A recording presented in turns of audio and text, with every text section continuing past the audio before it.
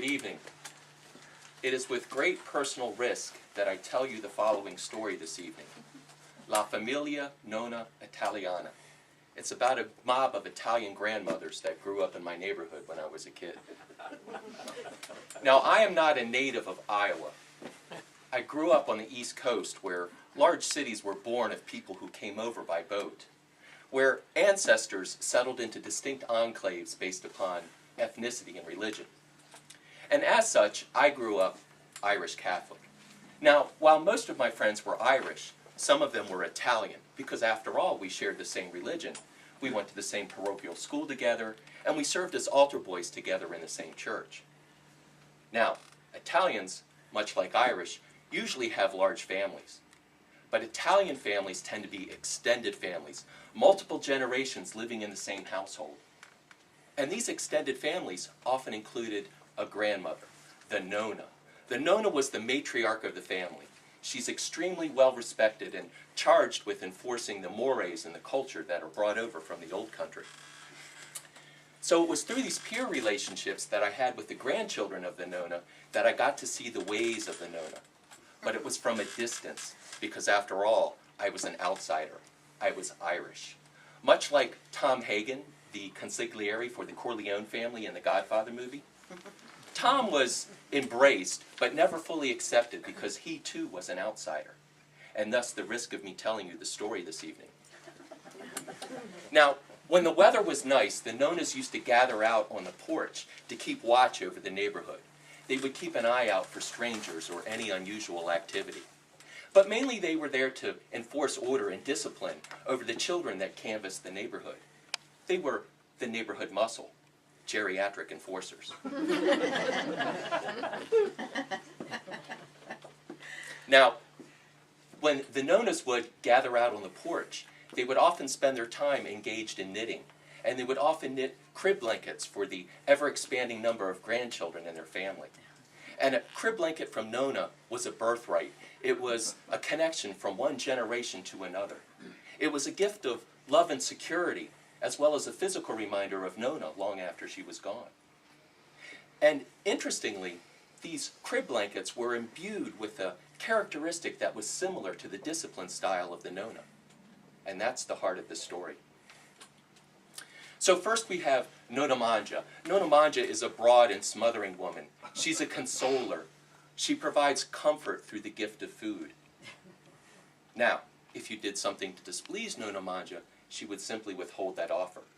Testament to the number of skinny kids that ran around in the neighborhood. Now, the blankets that Nona Mangia knitted were larger than a standard-sized crib, because it was such that when the Nonas would be out there knitting, they would use the blanket to cover their lap for warmth. And so as Nona Mangia loved to give food, so too she loved to eat. And so Nona Mangia was a Nona of substantial girth, so the blanket she needed to knit to cover her lap was much larger. Next, there was Nona Fingers. Nona Fingers had a bony finger of iron, and she used to poke you in the tender flesh between your shoulder and your torso, and did so with emphasis as she spoke. To this day, I have a permanent bruise courtesy of Nona Fingers. Now, the blankets that Nona Fingers knits are uneven and kind of rough in finish, because it's that same bony finger of iron that she would use for discipline was the one that drove the needle through the weave of the fabric, causing it to pull and kind of get everything uneven. So the blanket looked stretched and used even though it was brand new. Now, Nona Fingers' counterpart in discipline was Nona Van Gogh. And Nona Van Gogh was a pincher and puller to the extent that your earlobe would get distended or your eardrum would rupture. Now, pity the neighborhood kid that got tag teamed by both Nona Fingers and Nona Van Gogh. Now, unlike the blankets that Nona Fingers knitted, Nona Van Gogh's blankets were smooth and fine to the finish, because those same fingers that could pinch would do the finishing stroke as the yarn came through the weave, creating fine cloth beads, more so than stitches. So the blankets were nice and smooth and even in finish. Now, while Nona Fingers and Nona Van Gogh were the disciplinarians, Nona Pigeon, her approach was psychological. Nona Pigeon would take you and put you on a pedestal, and much like a bird, dump all over you. Always comparing you to somebody who was better than you. unless you were in Nona Pigeon's favor. Then she would put you on that pedestal and build you back up. Now, the blankets that Nona Pigeon knitted were rather plain and unremarkable in terms of finish. Yet the way that she would describe them, they were these remarkable works of art. And of course, when she was out of earshot of the sister Nonas, she would disparage theirs in comparison.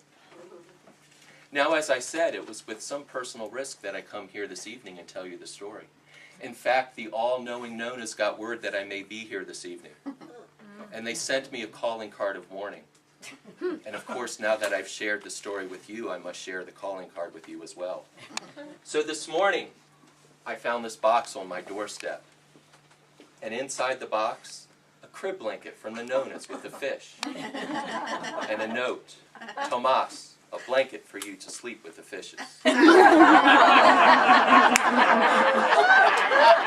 And that, my friends, is the story of La Familia Nona Italiana.